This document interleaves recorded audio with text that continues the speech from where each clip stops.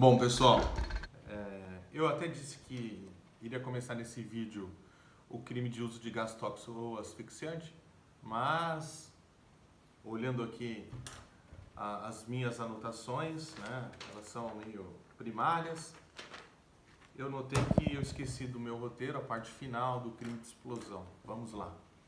Encerrada a questão das modalidades culposas, vamos falar agora de algumas observações dogmáticas sobre o crime de explosão. A primeira delas diz respeito à implosão. Já ouviram falar em implosão? Eu tenho aqui nas minhas mãos o livro do professor César Roberto Bittencourt. É uma das obras indicadas aqui no nosso curso. E ele vem na página 272 e fala, olha, questões especiais.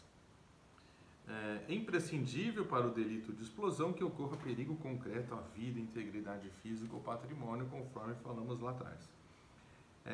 Caso contrário, a conduta pode ser atípica ou caracterizar outra infração penal.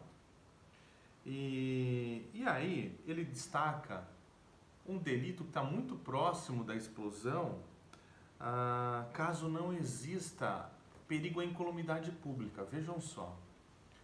Perigo à incolumidade pública é preciso que a coletividade esteja em risco. Não necessariamente seja um número indeterminado de pessoas. Isso nós veremos lá no aspecto publicamente, dos crimes contra a paz pública, veremos mais adiante.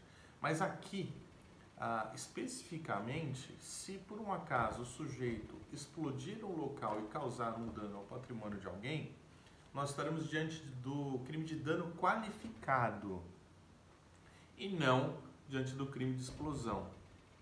Mas por quê? Porque se a coisa é alheia e a pessoa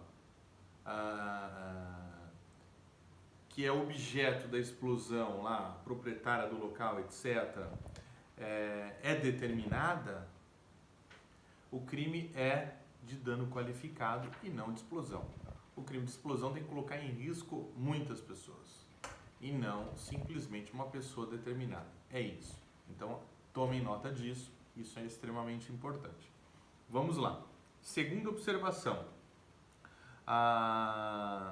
Voltando na implosão. A implosão é um processo endotérmico de dilatação, ou seja, é de dentro para fora. Por conta de uma dilatação, e aquilo pode chegar numa explosão. Então, isso também pode caracterizar o elemento do tipo explosão, segundo César Roberto Bittencourt. Terceira observação diz respeito às formas qualificadas que nós vimos, é a mesma sistemática, nós vimos lá no crime de incêndio. Então, se eventualmente dessa explosão, desse arremesso, resultar em lesão corporal ou morte, nós vamos aplicar o artigo 258 do Código Penal. Vamos ver? Então, se o crime é doloso e resulta em lesão corporal de natureza grave, a pena privativa de liberdade é aumentada da metade. Se resulta em morte, é aplicada em dobro.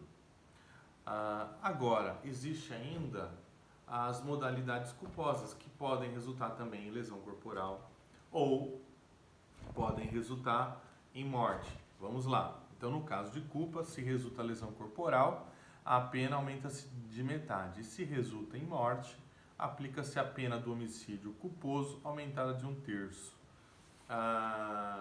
A primeira parte, como nós estudamos anteriormente, diz respeito aos crimes pré-dolosos. Então, dolo no antecedente e culpa no consequente. A segunda parte é aquele que há culpa no antecedente e culpa, obviamente, no consequente. É isso, pessoal. É o que eu tinha para falar com vocês sobre explosão. E a partir de agora nós vamos estudar o uso de gás tóxico ou asfixiante. Eu só vou computar o tempo e verificar se é possível encaixar no final dessa aula ou se nós retomamos isso na aula que vem. Obrigado, boa noite, fique com Deus.